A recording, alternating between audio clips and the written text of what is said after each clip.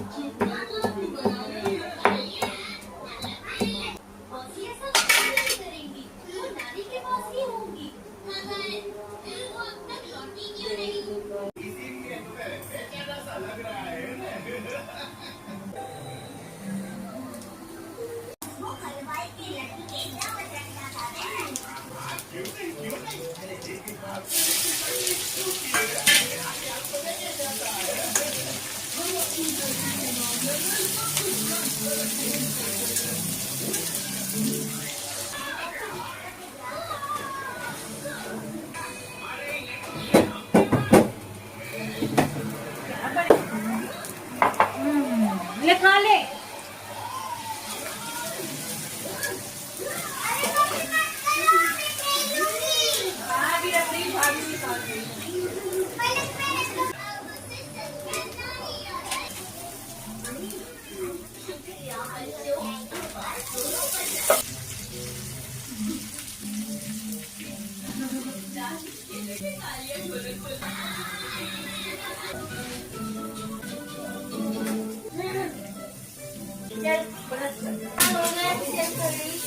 रुक जा, छक्की क्या ढक्की देंगी हूँ। खाई पी के बुरस कर।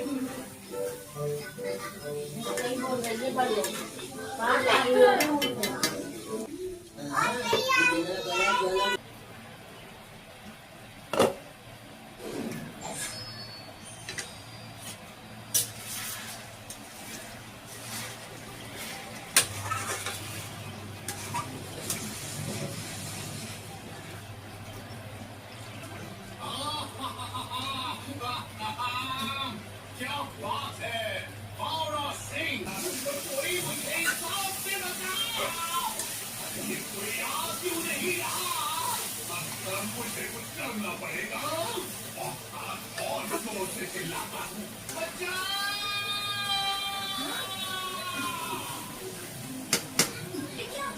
मुझे कुछ करना होगा। मेरे पास एक आइडिया है। मैं भी आया हूँ।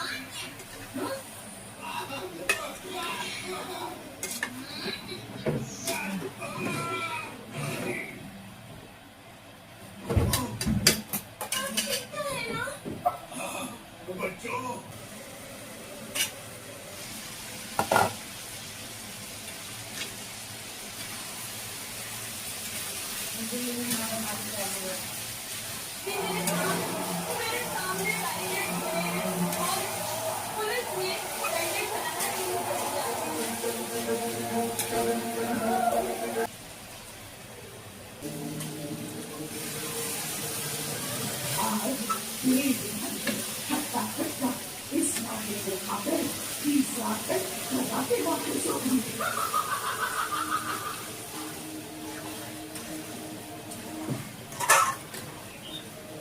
उस दृश्यमान जंगल से सटे छोटे पहाड़ी को गुलमन बन रहते हैं। राजपुरा नामक गांव से 10 मील की गहरी गुलमन अंकित नामक बच्ची की शाश्वत है। क्योंकि ऐसा था, यहाँ से बहुत दूर चंद्रापुर गांव में जमीन में से काम करता है। रघु का जन्म राजपुरा गांव में हुआ, लेकिन उसके माता पिता की ऐसा लगता है जैसे किसी ने कांच पीसकर हल्दी में मिला दिया। लेकिन कौन करेगा ऐसा काम? चंद्रेश्वरी के बदल पर जहाँ जहाँ हल्दी लगी गई थी, वहाँ पर लाल धब्बे हुए बैठे। दर्द से दुल्हन बुरी तरह से बता रही थी और उसकी माँ और बड़ी माँ उसके घाव पर मलहम लगा रही थी। छोटी, मुझे तो ये कोई सामान्य घटना। घर में ढेरों मेहमान जमा थे। उनके खाने पीने की व्यवस्था करने के अलावा दोनों देवरानी जेठानी को तमाम रस्में पूरी करनी थी। इसलिए इस बार को यही दबा कर वो शादी की तैयारियों में जुट जाती है। अगले दिन सुबह माँ, कमला के ससुराल से शादी का जोड़ा और शगुन आया है, जाओ जरा देखो तो। एक बड़ी सी गाड़ी से दो बजट से देखने वाले आदमी नाली से नीचे उतरते हैं और बड़े से ढाल में लाल रंग के कपड़े से ढका हुआ शादी का शाही जोड़ा और गहने कमला की माँ को वापस सौंपते हैं। बड़ी माँ ने संदेश तेज कदमों से अपने कमरे में जाती है और एक बड़े से संदूक को खोलकर पूरा हाल ऐसे ही उसमें रख देती है। पूरा दिन शादी का बाहर दौड़ने दिलाने के बाद फुलवा को याद ही नहीं था कि उसने कमला को उसके ससुराल से आया जोड़ा दिखाया ही नहीं है। अगले दिन दोपहर 4 बजे फुलवा, अरे कमला को नाई से सोनार जोड़े के साथ आई नहीं चुके। वो जो नौकर आए थे ना इस जोड़े के साथ, वो खास तौर पर कह गए थे कि छोटी बहू जी को यही जोड़ा पहना कर तैयार करना है। कमला की माँ की बात है। कमला को कुलदीप का कमला को अच्छा लगता था, जैसे फूलों के बगीचे में बदल गया। महंगे दीप दानों से मध्यम सी रोशनी फूटकर बाहर आ रही थी। दूर दूर से मंगवाए गए खास तौर से सफेद और लाल फूल कमरे की खूबसूरती में चार चांद लगा रहे थे। इतने गुलाबों के बीच भी कमला का चेहरा किसी चांद की तरह चमकता नजर आ रहा था। सब कुछ बिल्कुल वैसा ही सामान्य था। कमरे का दरवाजा भी अंदर से खुली कोई अजीब सी धीमी धीमी बालकनी तक जाने वाला दरवाजा खोल देता है और भी बड़ा दिखाई देने लगा था। कमला कुलदीप के झिझक भैया इसको, ये क्या किया इसने? चलो कमला बेटा, अंदर चलो। ये क्या हो रहा है बेटा से? मेरा तो दिमाग भी काम नहीं कर रहा। अरे कल तक तो एकदम बड़ी चंगी थी और अचानक क्या हालत हो गई इसकी? पता नहीं माँ, जब सोई तब तो एकदम ठीक और तब से ही अपने बाल नोच नोच कर फेंक रही है। ऐसा लगता है इसे किसी डॉक्टर को दिखा लेते हैं। मुझे इसकी मानसिक हालत ठीक नहीं लग रही है। बेटा, मानसिक रोगी के सर में ऐसे रातों रात कीड़े नहीं पड़ जाते। ये सब मुझे तो कुछ और ही लगता है। कमला अपना सर पकड़ के जोर जोर से चीख चीख कर रो रही थी, जिसे देखकर